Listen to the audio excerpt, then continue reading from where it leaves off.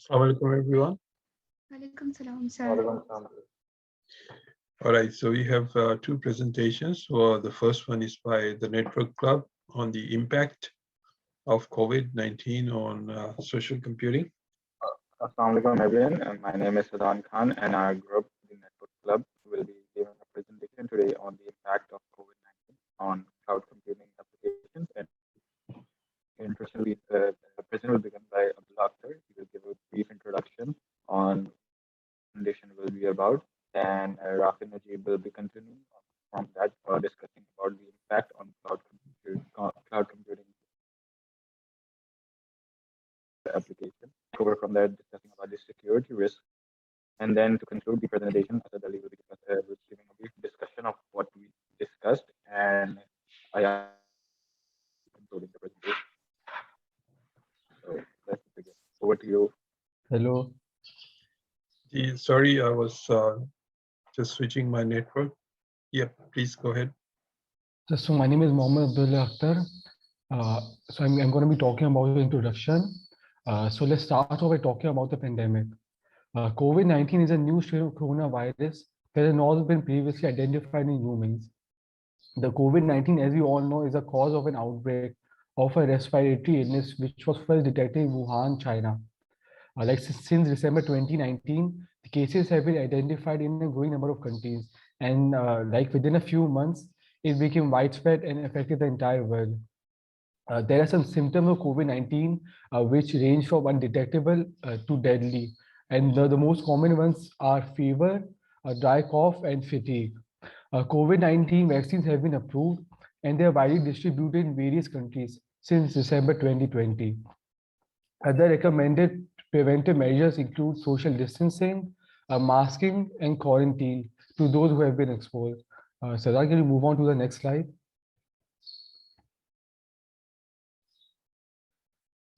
Schools have been closed and the medium of learning has been converted to distance learning.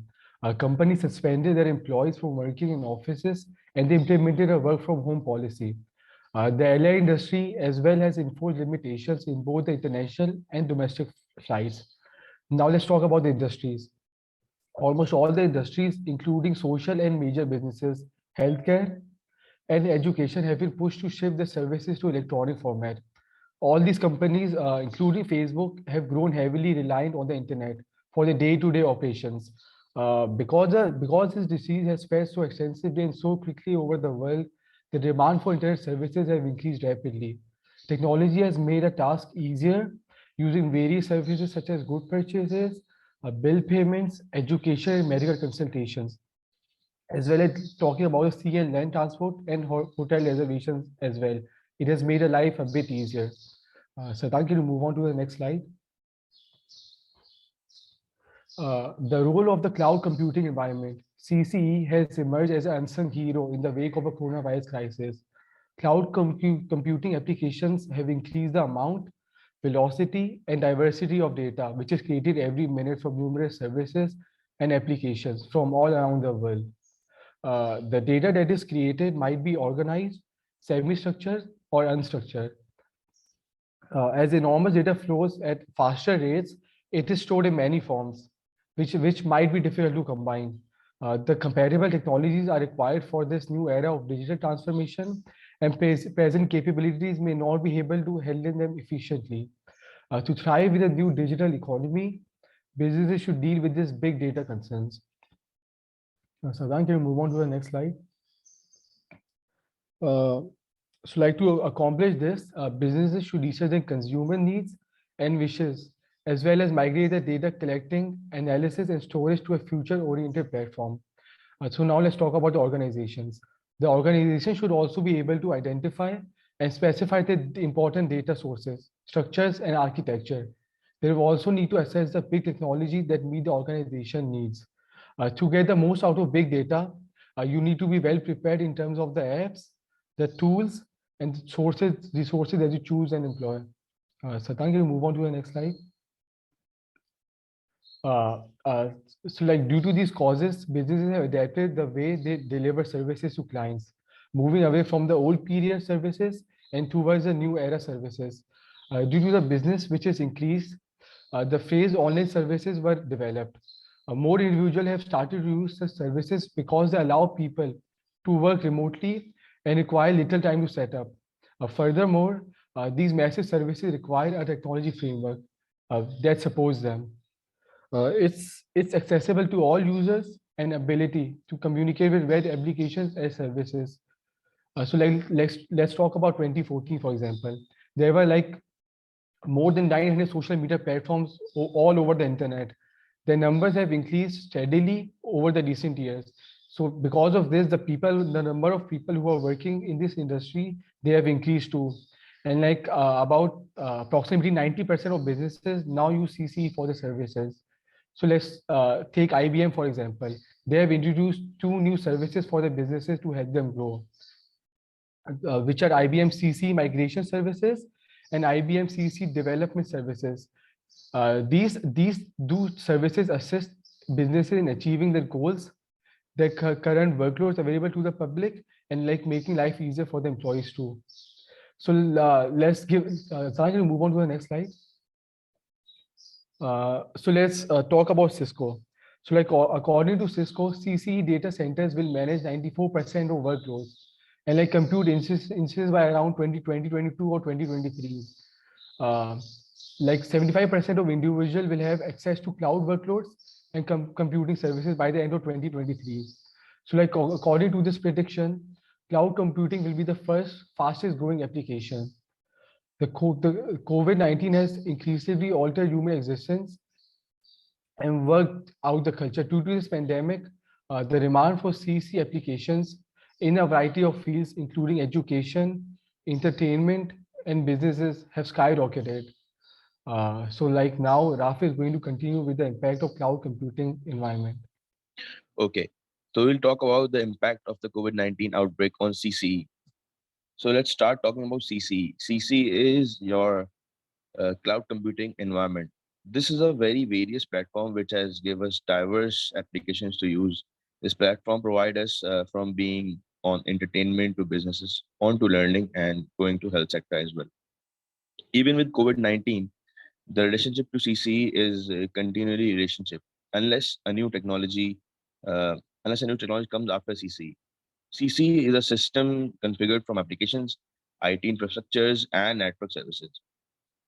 It was the resources of a data center, which is called DC, which can be shared, which can be shared, which can be shared through the virtualization technology, which we can see and which we can operate remotely in isolation as well. This user service is on demand, elastic, or instance services and rates. If we, when I'm saying elastic, it means there's no time when we run 24/7 and it's your pay and go service. They're also charged as a utility bill. CC characterized can be virtualized in a graphical form as well, and is also illustrated with the concept of computing. So if we see the illustration, we can see the data center holds the fully data provided by the applications which holds in the data center. Secondly, data centers is the resource sharing using visualization, which we can see on our every display of screen. It is elastic, as I told you before, and it can also be billing as a utility, which you also use. Lastly, but not least, it is on demand and instant services. So there are no fixed times or fixed days, anything like that to build on it or use it. It is like you have come here for a utility, you pay, you use, and then you can leave. This whole concept is the cloud computing, which in a cloud gives us or provide us with that interface. Like any computing features, there will be the security gaps in threats and risk CC needs to face as well. CC needs more work in the area of security to minimize or close all the gaps. The cloud model comprises in two parts. The first part is CSP, that delivers cloud services and the second is cloud users represented in organization or individual that access the provided cloud services. Other potential components are the cloud auditor and the cloud broker. With the rise of new applications over the internet, more security is required. So if we talk about the cloud deployment, there are 4 models: private cloud, public cloud, community cloud, and hybrid cloud. Each model, it describes how the cloud is deployed and what is available to users. If we talk about the private cloud is a platform for a number of users, which the subscription also pay a model, which provides users with capabilities that aid business operations and minimize cost. Given that there are more people, whether if you talk about whether working adults or students have to work or learn remotely in response to the spread of COVID-19 pandemic, there's a high demand. There's a high demand in the sector for popular services model like SaaS and PaaS in SSC. These applications are recommended by UNESCO for the education sector to use digital learning management systems like Blackboard, Country Tech, and if we talk about the most prominent Google Classroom and etc. Google Meet, Microsoft Teams, and Zoom for the business sectors. And if we talk about the entertainment sectors, you all would be knowing Netflix. Okay, we talked about the entertainment sector. High demand for services like Blackboard, Sandra, and Google Classroom rose. COVID-19 turned the world upside down, just forced people to work from home. Okay, so the threat which caused on data centers and cloud computing, which aroused that Netflix also announced it would cut down the quality of its streaming services by 25% during the pandemic period of this pandemic disease. So taking it further, the risk and the further impacts, which are totally reliable on the security, which will continue my next colleague. So thank you from my side. Thank you, Rafif. Okay, the security risk of firstly, the work from home environment gave rise to security risk. Many B2B, B2C businesses, such as business to business and business to consumer businesses, became home to business and home to consumer. This involved virtual meetings, digital healthcare, and online education, logistics, and telecommunications to shift from office-based environment to work from home-based environment. And such shift in paradigm resulted in unexpected damage in data privacy applications, personal devices, the internet, and the cloud computing environment. So these issues of security of home to these are the security issues that rose from shifting to work from home. Firstly, the data privacy. COVID-19 crisis generated a huge amount of data. Since work from home was being observed and it was being practiced, users were forced to transfer, use, and withdraw data from the internet. They were spending a lot more time on the internet. And all these methods may have not been secure to transfer data. At home, there's no backup solution to track changes in data or new data. And with this problem, risks were associated with the jurisdiction and loss of data.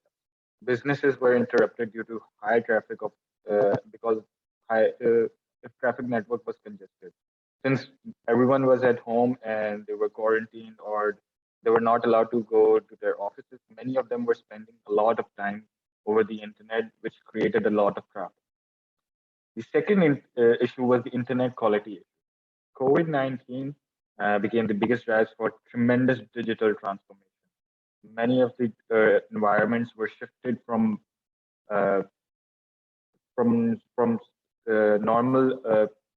normal environment to digital environment.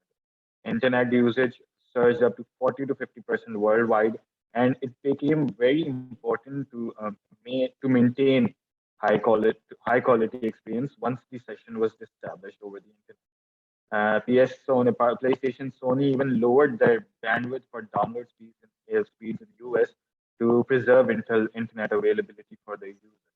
And even mobile networks were forced to relax data limits as online traffic had reached a peak of 30%, which was a lot, which was, I believe, 2 times what it almost was before. Thirdly, the application issues. The rapid spread of COVID-19, which accompanied a huge amount of volumes of data in different formats, requiring these cloud computing applications and large processing abilities, and requiring these large processing abilities. And performing this level of data was becoming really difficult. So the use of various kinds of applications pressured organizations to realize the new technology they were experiencing, the shift in paradigm they were experiencing. Even America's Zoom, which we are currently on, jumped exponentially from number 180 at the end of January to number 28 at the end of February 2020 in terms of downloads and installs. And if you look at that way, we're still using Zoom these days. So as you can see from this chart, the bandwidth, they lowered their bandwidth over a period of time. So personal devices issues. Work from home led to reuse or reusage of old devices. Many of the teachers, the professors who shifted to online education had to reuse their laptops that they had stored at home. So they had little to no, many of them had little to no knowledge about the hardware they were using, and also the hardware required updates since they were not in use for so long. Even cyber criminals had the opportunity to sabotage their equipment. So to engage the class, I would like to ask you, when COVID-19 came, and how did you, what was your experience when you shifted from a face-to-face class environment to an online-based environment? And what were the issues that you faced working from home with the laptop? Right. Thank you, Sadan, for this question. Now, we experienced that in 2020, March 2020. I was in Pakistan when this thing happened. And since I was also part of the policy committee, we wanted to have a backup system where the entire classes could be conducted online in case of lockdown, because IBA has a very long tradition of never closing down.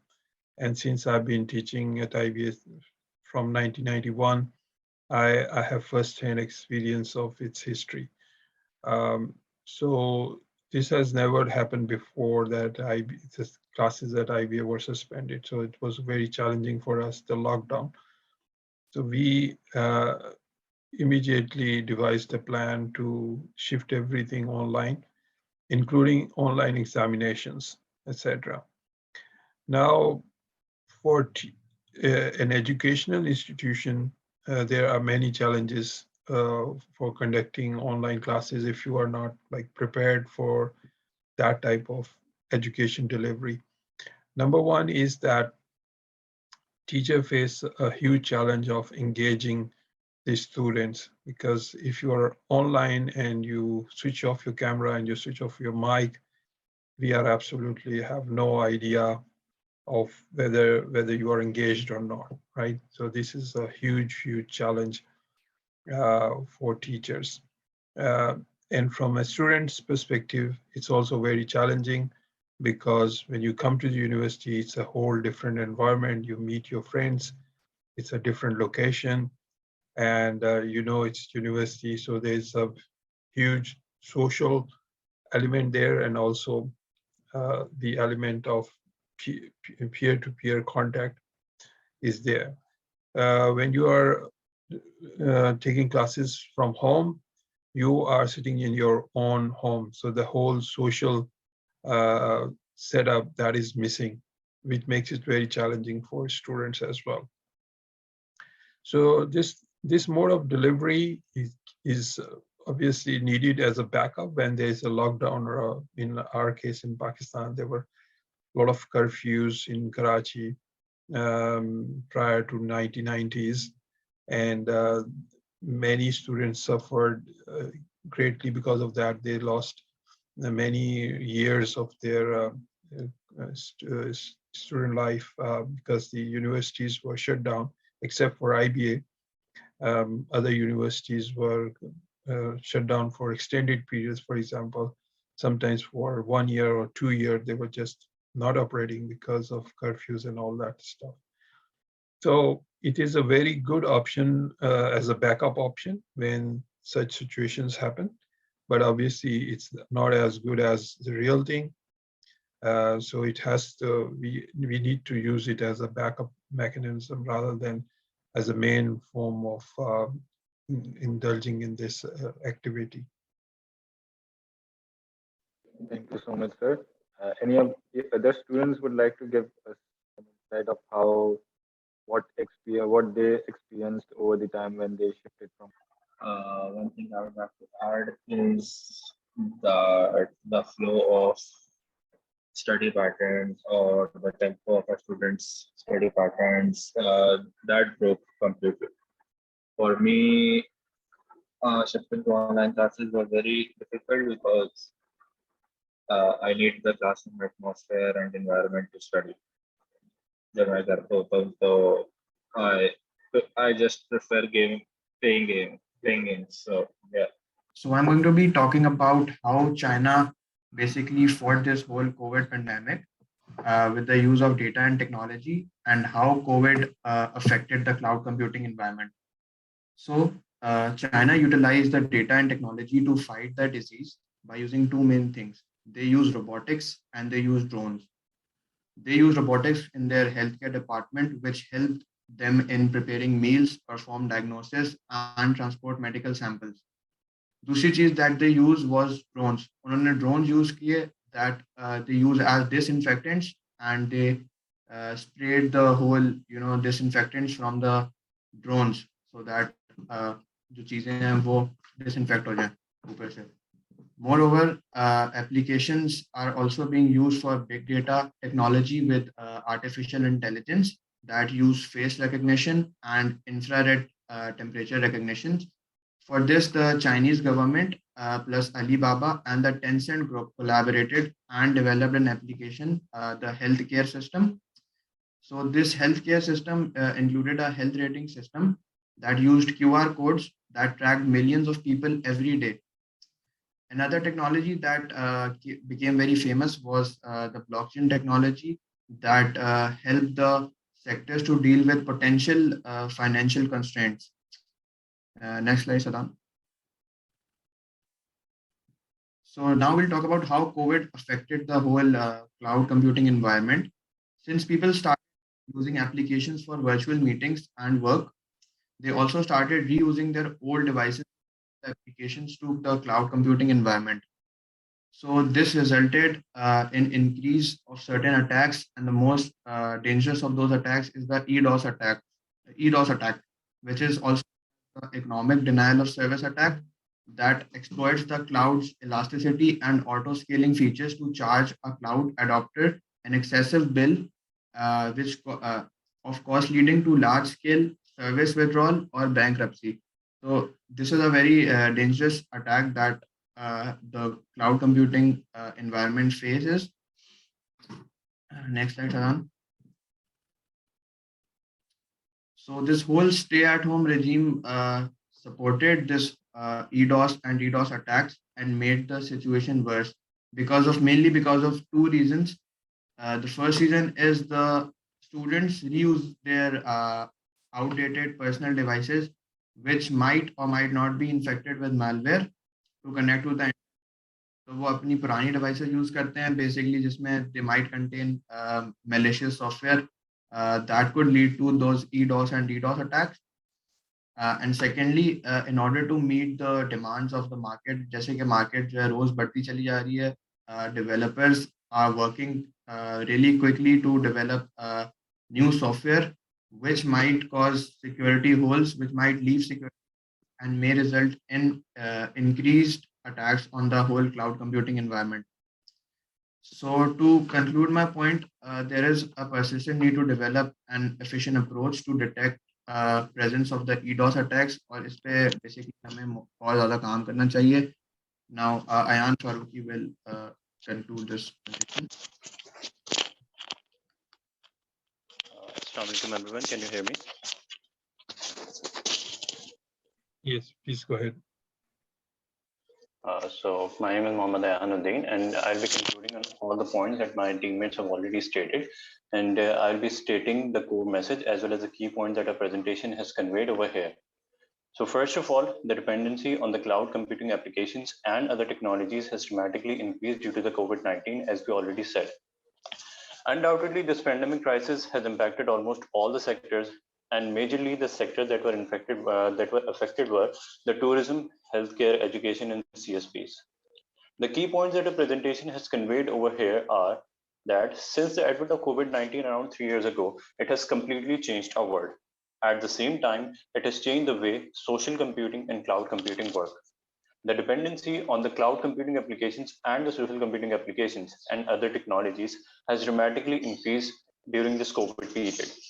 And undoubtedly, this pandemic crisis has impacted almost all the sectors, such as the tourism, healthcare, education, from the various sources. Moreover, additional data sources, storage systems, storage mechanisms, new environments, and new technologies, all of which are a critical challenge. Further, organizations also need to formulate new regulations and policies to ensure the data security, privacy, accuracy, control, and the growing volume of the data. The velocity of the data present the critical risk for more preparation. The core message that we wanted to convey through this presentation was that the influence of COVID-19 has changed the way the organizations present their services from the old era of the services to the new era of the services, which has just come in the past 3 years. This all creates a call to the action. The call to the action in a way that for all the good reasons, Cisco has stated that 94% of the total world's data will be handled by the cloud computing and the social computing applications. Moreover, the internet gaming will increase by 9 times in the next few years. The cloud will consume around 75% of the total internet in the next few years, which is around 5 to 10 years approximately. Moreover to that, cloud computing applications will offer faster services, data delivery, improve the operational efficiency, and increase the application performance in education, work, and entertainment. And the sites are already stated by my teammates that I would like to further state that the downloads of the Zoom, for example, increased 25 times during the COVID period. Moreover, the subscriptions of Netflix and Amazon Prime increased around 10 times in the past 3 years. So that is the example of how the cloud computing and all this has changed over the past 3 years. So then, can you move to the next slide? So here we have the code that states that the no product is made today, no person moves today, nothing is collected, analyzed, or communicated without some digital technology being associated to that. That itself speaks about the value of the digital technology. So moreover to this, the problems are also created because of all this shift. Since the paradigm has completely shifted to an online to a 50% online mode, so we have the problems associated with that. Further explaining onto these problems are the data privacy issue, the internet quality issues, and the application issues. The data privacy issues state that since the huge chunk of the traffic has suddenly moved online, there has been an increase in the data privacy issues. The abiding to the rules and regulations is one of the primary steps to be followed in order to save ourselves from the privacy issues. Moreover, the use of reliable applications, websites, and VPN is the primary thing that we all need to follow in these COVID times. The second major concern is the internet quality issue. The use of the internet has grown 10 times since the advent of the COVID. The companies had to cut down their services to ensure the smooth transfer of the services to the entire community. For example, in UK alone, the internet requirement has gone up to 17 terabytes per second. The last issue is application issues. There are some astonishing numbers that are associated with this application issues. There has been 500% to 2000% in growth in the number of users of the certain applications. That is completely astonishing. These applications just need to revise the security mechanism and data handling environments. In the end, I would like to state the acknowledgement that in this presentation, we have tried to clearly show the actual potential impacts of the COVID-19 crisis on the cloud computing and the social computing technologies due to the sudden increase in working from home. Additionally, this presentation analyzes the security risk for working from home which might not be updated or patched with the latest security policies. Therefore, at-home workers might become the target of the attackers. The attackers might steal or copy the large amount of data. As a result, there is a need to address the security risk of the cloud computing and the social computing the users face, as well as the rise of the awareness of the users about the threat of using unsecured devices is very important. So thank you for your time, everyone, and we are here to take the questions if you have any. Thank you very much, Ayan. I think I would suggest that we skip question answer session in the interest of time, because there is another presentation and they just have about half an hour left for them. Okay.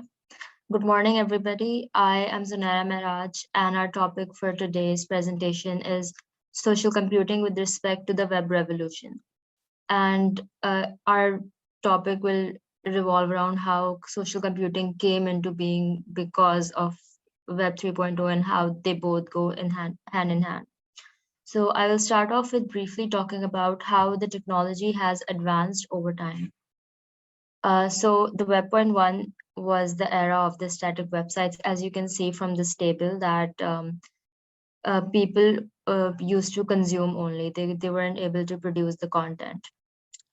And Web 2.0 can be associated with the era of interactive websites where the people and the organization both consumed also and produced also. Now for Web 3.0, you know, for a long time, nahin, Umar piche hi karo. Yeah, given the date. You know, for a long time now, the amount of data and information on the internet is growing exponentially. New websites, images, videos, and all sorts of data is being uploaded every second.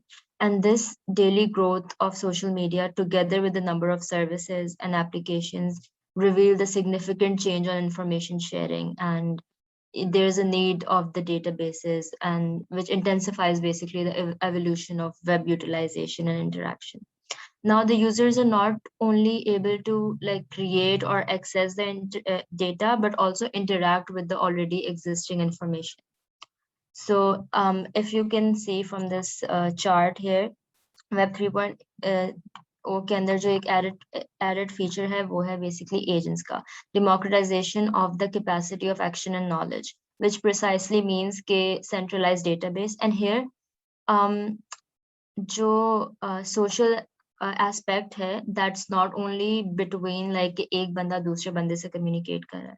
Here social also means that different devices are connected through a central database, and so a person is able to access the information they need different devices maybe. और उस devices में भी ये होता है कि as you can see here I've mentioned machine intelligence. तो machine intelligence के अंदर आ जाता है जैसे like it keeps track of your screen time हो गया, Siri हो गई. So this is only made possible because of your like database, आपका जो data store हो रहा है, and it's like they're generating a meaningful information out of it.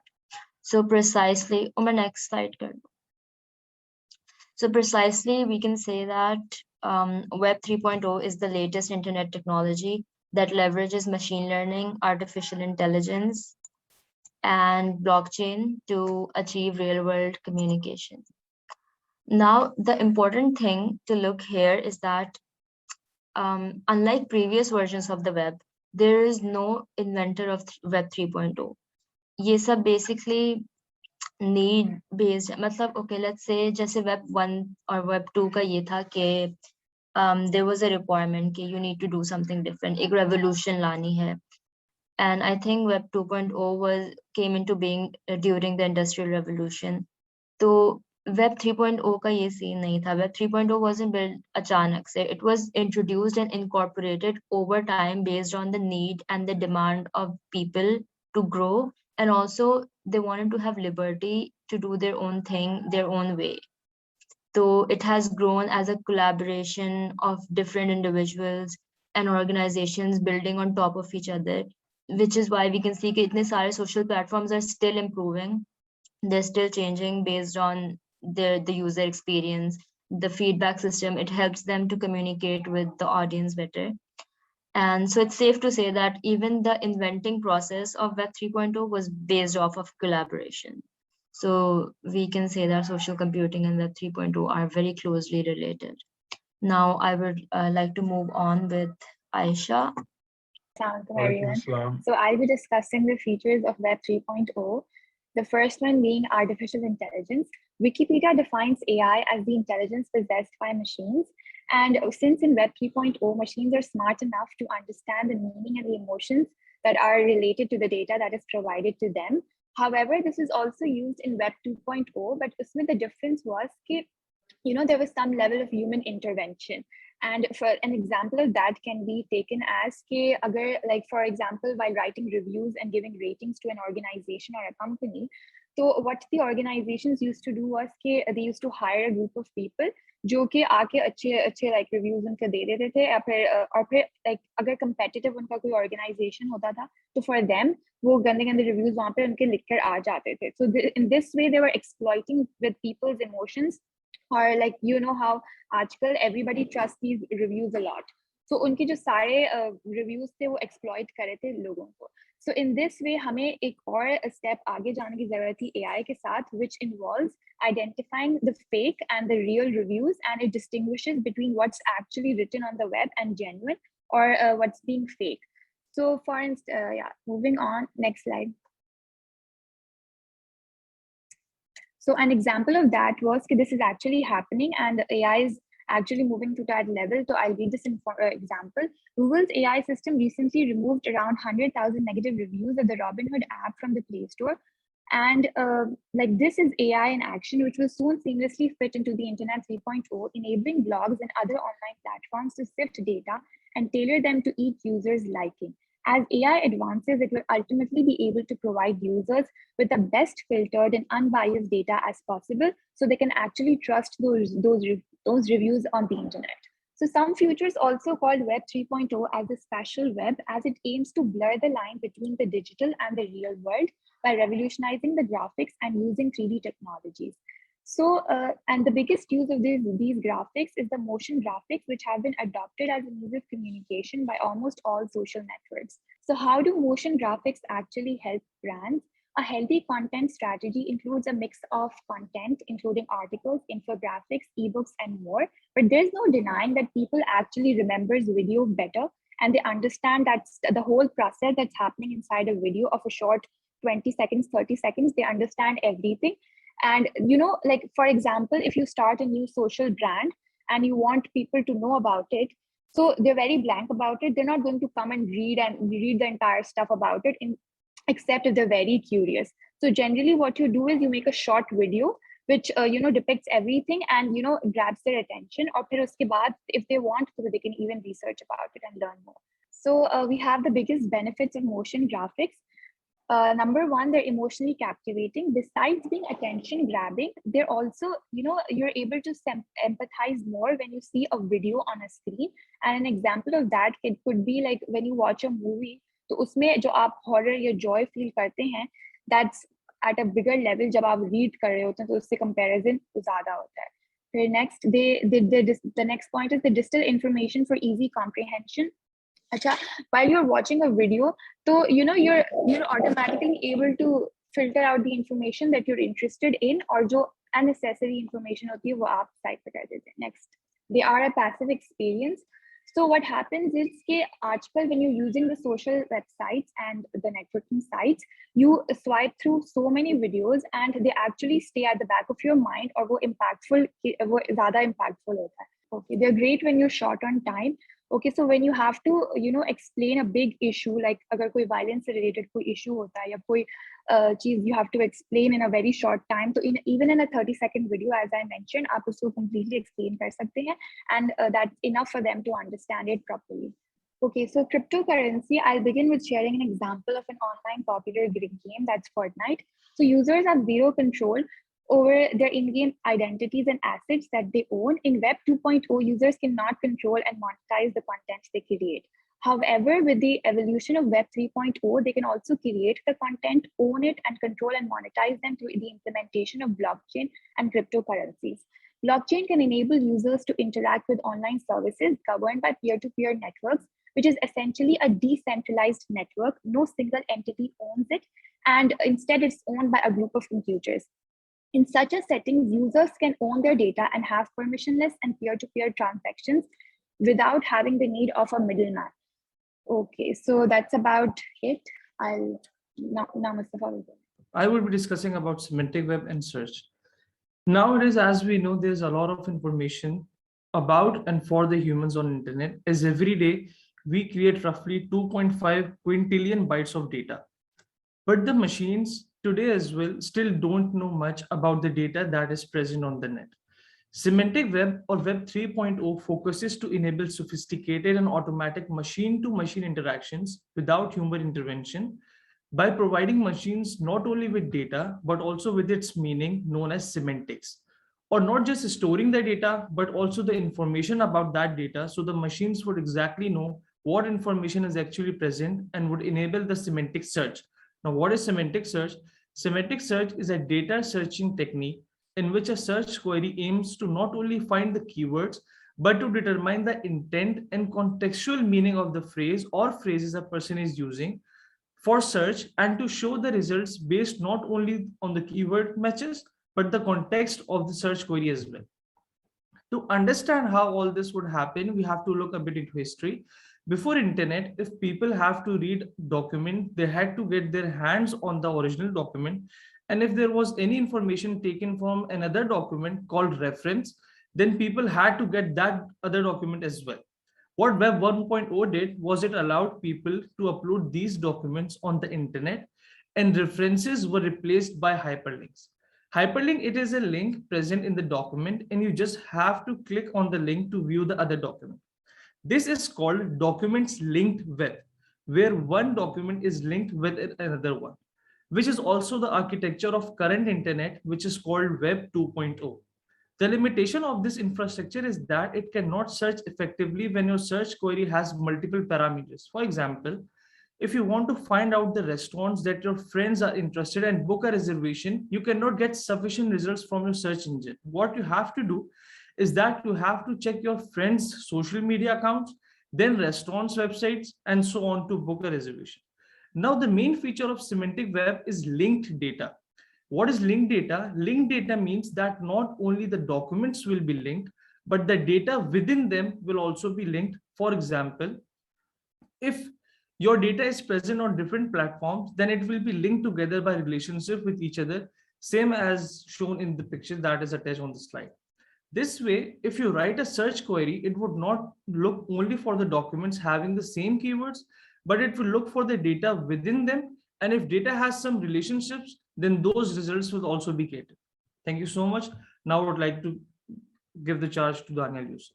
So first of all, I would like to begin by telling you that what ubiquity is. So ubiquity means or having the capacity to be everywhere, especially at the same times. So in that sense, Web 2.0 is already ubiquitous since, for instance, a Facebook user can instantly capture an image and share it, which then becomes ubiquitous since it's available to anyone no matter where they are, as long as they have access to the social media platform. Web 3.0 simply takes this a step further by making the internet accessible to everyone, anywhere, and at any time. So at some point in the future, maybe, internet connected devices will no longer be connected on computers and smartphones like Web 2.0, since IoT technology will bring forth such a huge change, and it's going to bring so many new smart devices. So after that, I'm going to start with the concept of metaverse. So people are getting into metaverse and they are planning to buy lands, and they see metaverse as an investment opportunity.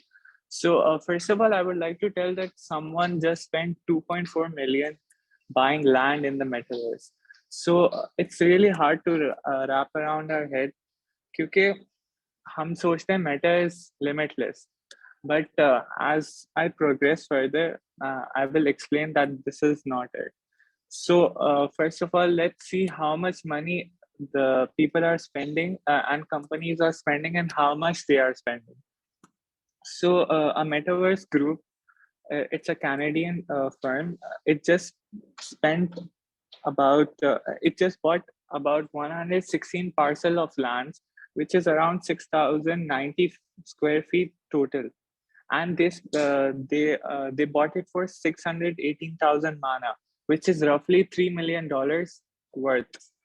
And the Republic Realm spent 4.3 million inside this decentral land, which is also a popular metaverse.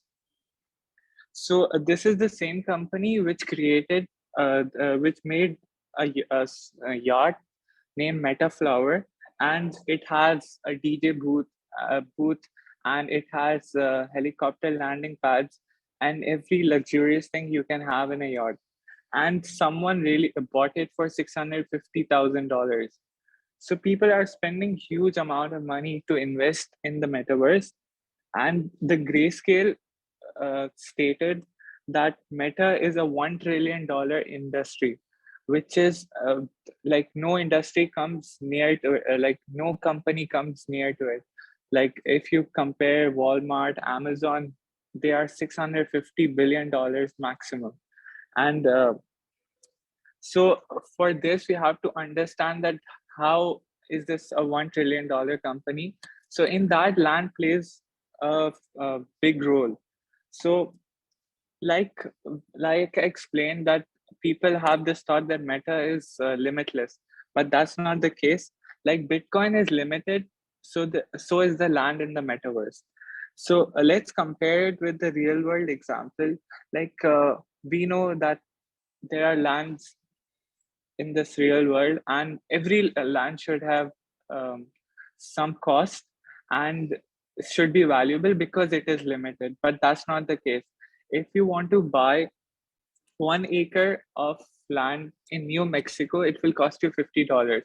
So it's not that how much land you buy, but it is that how valuable that land is and what मतलब क्या फायदा लाता है वो, and हम वहाँ क्या क्या कर सकते हैं. So this is the concept of metaverse. So it really depends on the network effect. So जो long term strategy है ये है कि metaverse में आप इस तरह के lands में लोग वो कर रहे हैं, इन्वेस्ट कर रहे हैं, जिसके अंदर वो विजन करते हैं कि यहाँ पे लोग इकट्ठा होंगे, like where people will get together. Like central park है न्यूयॉर्क में, जो 50 साल पहले था उसकी वो वैल्यू नहीं थी जो आज होगी. तो इस तरह से लोग विजन कर रहे हैं उसको. And people are saying that we'll buy lands and we'll charge fees to host events like concerts हो गए और कुछ भी हो गया. और फिर we have an example for this in the decentral land of metaverse. Justin Bieber just had a concert, so that was for marketing purpose, but people really enjoyed it. जब उन्होंने feedback लिया, because of the situation going around, people want to enjoy concerts at their home because of the COVID or जो भी चीज़ है. So people were enjoying it. And Snoop Dogg, he bought a mansion in the Sandbox for and in that he has his NFT collections in which people can visit and see his NFT collections in his mansion. And people are selling the group, which the Sandbox is selling lands near to his house, like promoting it like be a neighbor of Snoop Dogg. And someone bought that land for $450,000. And the other part of this industry is video games, in which people can earn a lot. So a popular game of the metaverse is Axie Infinity. And it has currently 360,000 players, and most people are from Africa and Philippines. And this is a play to earn game. So basically, let's take an example of a person living in Ghana. The minimum wage daily is $2.5 and monthly is $111.5. And if a player that is earning from Axie Infinity is $140 to $420, which is a lot. And this is helping out people. और फिर उसके बाद ये concept है कि play to earn games किस तरह से promote हो रही है and how people can earn through it. and आप इस तरह से earn करते हो कि you get a coin which is SLP, soft love portion, and it has real life value. तो आप उसको cash out कभी भी कर सकते हैं. So basically, the concept of this game is that developers have created these plot of lands as NFTs. So जो players होते हैं, they can upgrade these lands and upscale them, and उसको थोड़ा सजावा जाके आप बेच सकते हैं आगे for जितना भी आप चाहते हैं. And an example of this is Lunisia, जो 2.5 million dollars का किसी ने खरीदा. So you can see that how big an industry is this. So the main question is when you want to invest, when people are saying कि हम कैसे invest करें, who is selling lands? Because there are multiple metaverses. आप किसी में भी ले सकते हैं. So basically जो सारा credit मतलब सारे जितने sell करने वाले होते हैं वो developers होते हैं of the metaverse, and there are multiple metaverses. But दो popular metaverses हैं just like Sandbox, जिसके अंदर limited lands है. Again, I'm quoting limited lands and limited plots of land, which is 160,000 plots of land. और उसके अंदर उन लोगों ने partner किया with Snoop Dogg, Ubisoft, SoftBank, and OpenSea, and they raised $93 million in the first round of raising. And the other example is Decentraland, and they have 90,601 plots of land, and इसके अंदर इन लोगों ने इसको promote करने के लिए they had 80 concerts with 80 different artists and 50,000 virtual attendees. So the concept is changing, and but for people like us, it's too early to get into invest into all of this, because जो अभी invest कर रहे हैं ना, they have million of dollars. मतलब if they spend $1 or $2 million, it won't affect them. And if they lose, it's not a big deal for them. But if they win, they are going to win big. So basically, to just wrap it up, जो सबसे ज्यादा पैसा इसमें से कमाएगा ना वो developer होगा गेम मेटावर्सेस का. लाइक एन एग्जांपल 2002 में एक वेबसाइट थी बाय लाइक उसने उस बंदे ने a student from UK, he promoted के he made a website which was like just a single page website, and he said कि this page is 1 million by 1 million pixel की एक image थी, and एक पिक्सल आप खरीद सकते थे जिसमें आप अपनी कंपनी को एडवर्टाइज कर सकते थे. So people thought that this is a brilliant idea and it's going to spread like wildfire. So उसने हर पिक्सल को $1 का बेचा, and वो idea flop हो गया, but there were 1 million pixels. So he earned $1 million from it.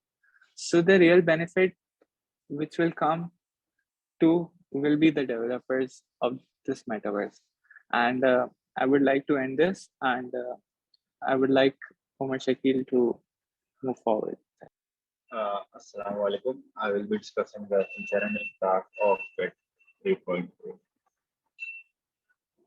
Web 3.0 will redefine how to interact with the digital world, and the change will not just be for individuals. The effect for Web 3.0 on businesses, both traditional and disruptive, will be equally massive.